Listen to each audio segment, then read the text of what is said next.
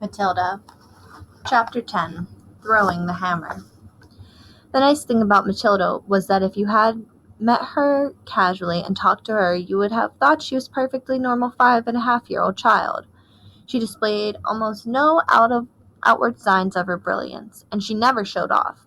This is a very sensible and quiet little girl, you would have said to yourself, and unless for some reason you had started a discussion with her about literature or mathematics, you would never have known the extent of her brain power.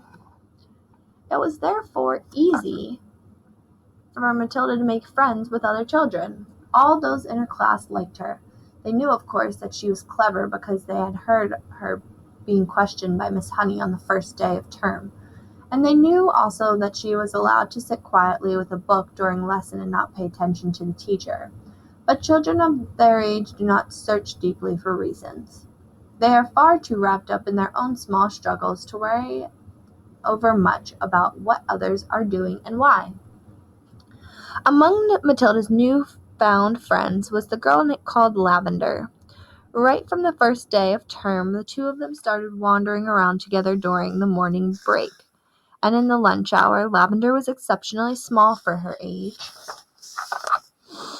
A skinny little nymph with deep brown eyes and with dark hair that was cut in a fringe across her forehead. Matilda liked her because she was gusty and adventurous.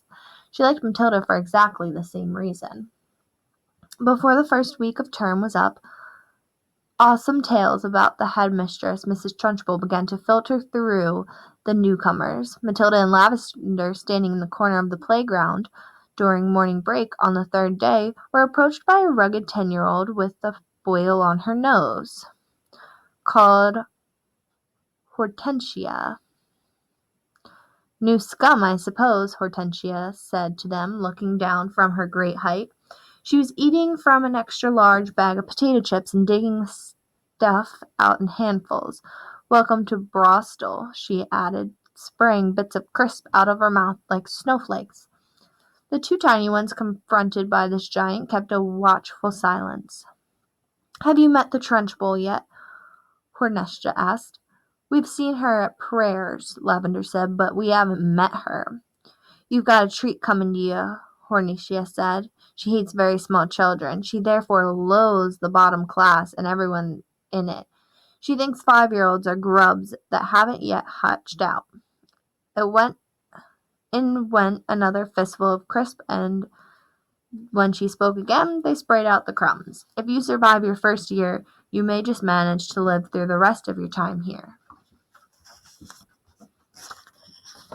But many don't survive. They get carried out on stretchers screaming. I've seen it often." Hortensia paused to observe the effect these remarks were having on two twitchy ones. "Not very much. They seemed pretty cool." So the large one decided to regale them with further information. "I suppose you know that Trunchbull has a lock-up cupboard called her private quarters, called the Chokey. Have you heard about the Chokey?" Matilda and Lavender shook their heads and continued to gaze up at the giant. Being very small, they were inclined to mistrust any creature that was larger than they were, especially senior girls. "The Chokey," Hortensia went on, "is a very tall but very narrow cupboard. The floor is only 10 inches square, so that you can't sit down or squat in it.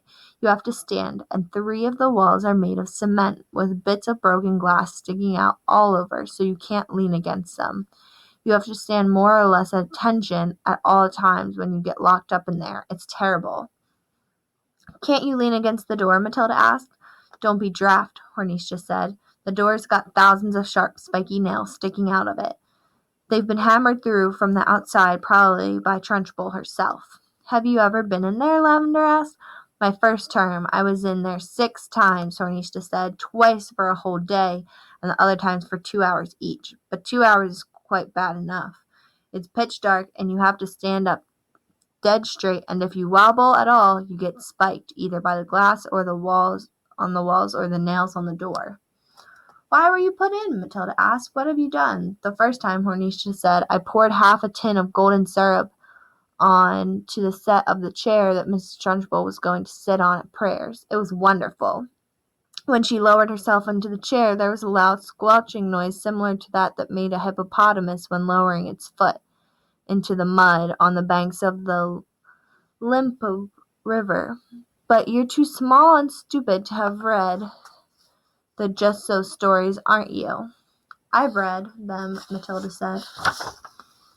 You're a liar, Hornista said aimlessly. You can't even read yet, but no matter.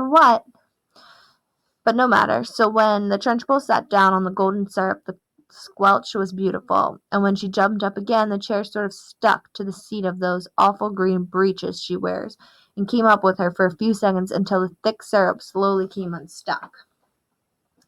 Then she clasped her hands to the seat of her breeches, and both hands got covered in the muck. You should have heard her bellow. But how did she know it was you? Lavender asked. A little squirt called Ollie Bogwhistle sneaked on me, Hortensia said. I knocked his front teeth out. And the Trunchbull put you in the chokey for a whole day? Matilda asked, gulping. All day long, Hortensia said. I was off my rocker when she let me out. I was babbling like an idiot. What were the other things you did to get put in the chokey? Lavender asked. Oh, I can't remember all of them now, Hortensia said. She spoke with the air of an old warrior who has been in so many battles that bravery has become commonplace. It's all so long ago, she added, stuffing more crisp into her mouth. Ah, yes, I can remember one. Here's what happened. I chose a time when I knew the Trunchbull was out of the way teaching the sixth form, and I put up my hand and asked to go to the bogs. But instead of going there, I sneaked into Trunchbull's room, and after a speedy search, I found the drawer where she kept all her gym knickers. Go on, Matilda said, spellbound. What happened next? I had sent away by post, you see, for this very powerful itching powder, Hortensia said.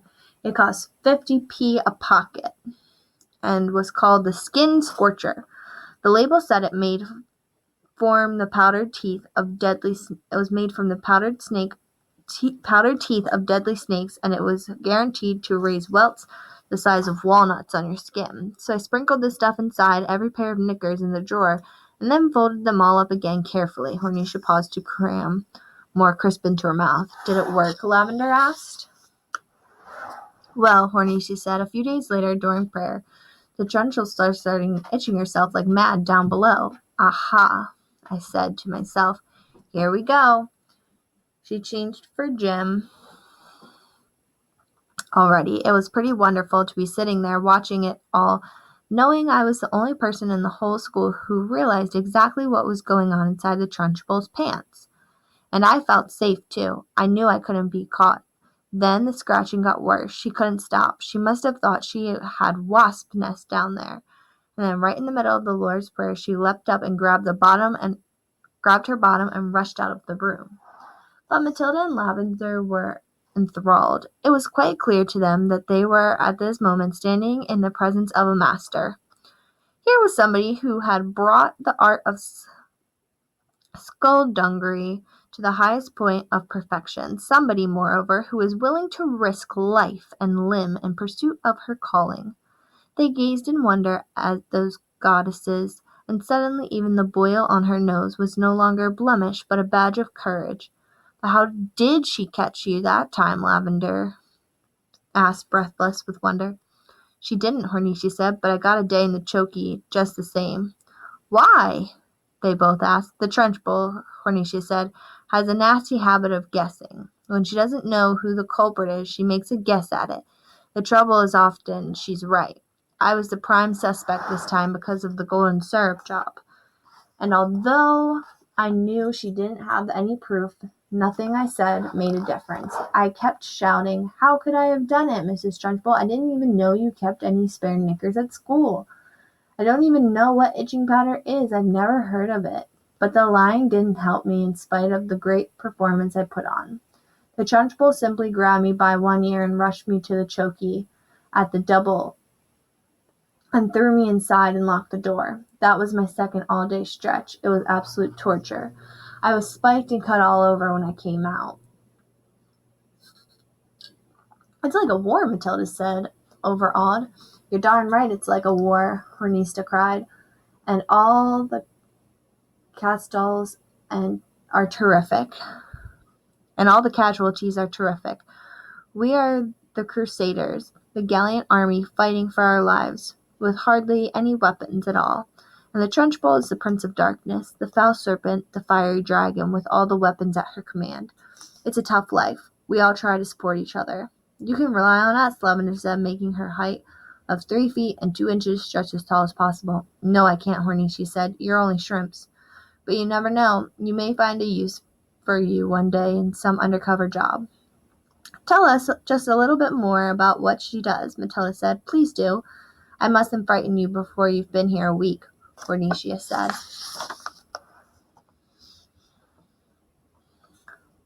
You won't, Lavender said. We may be small, but we're quite tough. Listen to this, then, Hornisha said. Only yesterday the Trunchbull caught a boy called Julius Rotwinkle eating licorice, all sorts, during the scripture lesson, and she simply picked him up by one arm and flung him clear out of the open window. Our class is 1 floor up, and we just saw Julius Rotwinkle go sailing out over the garden like a frisbee and landing with a thump in the middle of the lettuce. Then the Trunchbull turned to us and said, From now on, anybody caught eating in class goes straight out the window. Did this Julius Rotwinkle break any bones? Lavender asked. Only a few, Hornisha said. You've got to remember that the Trunchbull once threw the hammer for Britain in the Olympics, so she's very proud of her right arm. What's throwing the hammer? Lavender asked. The hammer, Hornisha said, is actually a ruddy great cannonball on the end of a long bit of wire, and the thrower whisks it around the head and his or her head faster and faster and then lets it go. You have to be terrifically strong. The Trunchbull will throw anything around just to keep her arm, and especially children. Good heavens, Lavender said. I once heard her say, Hornisha went on, that a large boy is about the same weight as an Olympic hammer, and therefore he's very useful to practice with. At the point, something strange happened. The playground, which up to then had been filled with shrieks and the shouting of children at play, all at once became silent as the grave. Watch out, Hornisha whispered. Matilda and Lavender glanced around and saw the gigantic figure of Miss Trunchbull advancing through the crowd of boys and girls with mincing strides. The children drew back hastily to let her through, and her progress across the asphalt was like that of Moses going through the Red Sea when the waters parted. A formidable figure she was, too, in her belted smock and green breeches. Below the knees, her calf muscles stood out like grapefruits inside of her stockings. Amanda Thripp, she was shouting. You, Amanda Thripp, come here. Hold your hats, Hornisha whispered. What's going to happen? Lavender whispered back. That idiot Amanda, Hornisha said, has let her long hair grow even longer during the holes, and her mother has plaited it into pigtails. Silly thing to do. Why silly? Matilda asked. If there's one thing the Trunchbull can't stand, it's pigtails, Hornisha said. Matilda and Lavender saw the giant in the green breeches advancing upon the girl of about 10 who had a pair of plaited golden pigtails hanging over her shoulders. Each pigtail had a blue satin ribbon at the end of it.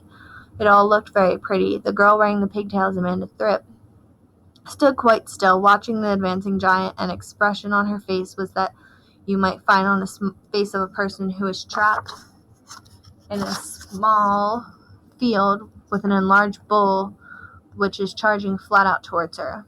The girl was glued to the spot, terror-struck, popped eyes quivering, knowing for certain that the day of judgment had come for her at last. Mrs. Trunchbull had now reached the victim and stood towering over her. I want those filthy pigtails off before you come back to school tomorrow, she barked. Chop 'em off and throw 'em in the dumpster. Do you understood?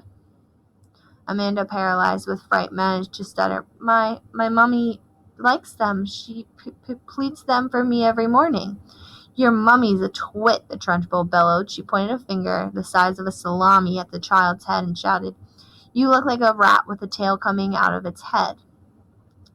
My mummy thinks I look lovely, Miss Trunchbull, Amanda stuttered, shaking like a Blanchman.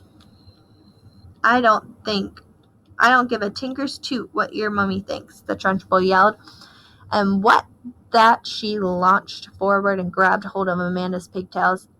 in her right fist and lifted the girl clear off the ground. Then she started swinging her around and around her head faster and faster, and Amanda was screaming blue murder, and the Trunchbull was yelling, "I'll give you pigtails, you little rat." "Shades of the Olympics," Hortensia murmured. "She's getting up speed now, just like she does with the hammer. 10-1 she's going to throw her." And now the Trunchbull was leaning back against the weight of the whirling girl and pivoting expertly on her toes, spinning around and around, and soon Amanda Thripp was traveling so fast that she became a blur, and suddenly, with a mighty grunt, the Trunchbull let go of the pigtails, and Amanda went sailing like a rocket right over the wire fence of the playground and high up into the sky. "Well then, sir," someone shouted from across the playground, and Matilda, who was mesmerized by the whole crazy affair, saw Amanda Thripp descending in a long, graceful parabolobe on to the playing field beyond. She landed on the grass and bounced 3 times and finally came to rest. Then, amazingly, she sat up, looked a trifle dazed, and who could blame her? But after a minute or so she was on her feet again and tottering back towards the playground. The Trunchbull stood on the playground, dusting off her hands. "Not bad," she said, "considering I'm not in strict training. Not bad at all." Then she strode away. "She's mad," Hortensia said. "But don't the parents complain?" Matilda asked. "Would yours?" Hortensia asked. "I know mine wouldn't. She treats the mothers and fathers just the same as children, and they're all scared to death of her."